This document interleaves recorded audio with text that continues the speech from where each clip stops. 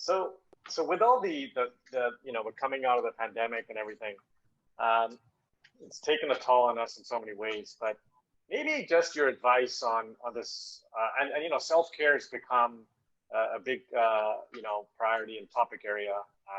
And so, how as employees, as people, I guess, can we start to bring our best selves to work as we start coming back to the office, or even on our remote calls, our Zooms, our Google Hangouts, etc. What does it mean to practice self-care? If I'm someone that has never really thought of self-care, what does that mean? What does it mean, and for you and for folks that you work with? Yeah, so to talk through self-care, again, it's a very personal thing. So what I'll do is I will offer you yet another framework to think through the aspects of what might be meaningful and effective to you, for you. And so there's a framework from another researcher and an expert on mindfulness named Dan Siegel. He calls it the triangle of well-being. And where, the World Health Organization, they think about physical, mental, and social health. He thinks about well-being for a person in three aspects. So he calls it brain, mind, and relationships. And so when you think about those three words, you're like, those are weird categories. I don't understand how these go together. Mind, he thinks about like, what is your internal experience, like both your thoughts, and then also how are you experiencing what's going on around you.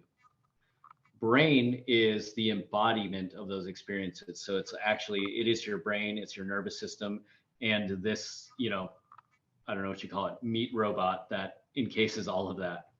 And so, like what your mind is thinking, your nervous system, and then all of these physiological systems, there's a huge interaction and a huge effect on your health and well-being. And then the relationships part is mind, in terms of your perception of what's going on. It's always in reference to other people. Like that's something that we cue off of in our environment.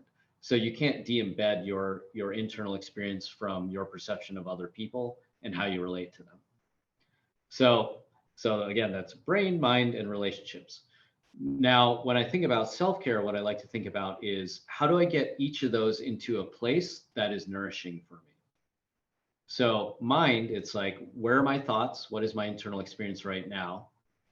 If I have to, is there a way for me to clear the deck? Like use practices of mindfulness to offload, negative thoughts that might be eating at me, or unload, stress that I've been experiencing all day.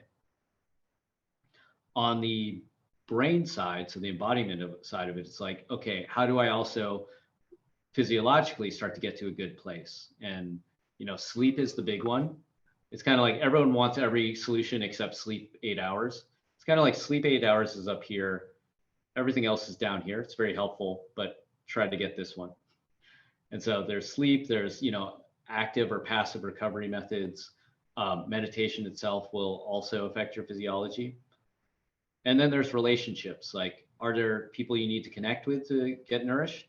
Are there relationships you need to get to a better place? Interesting. Thanks for that framework.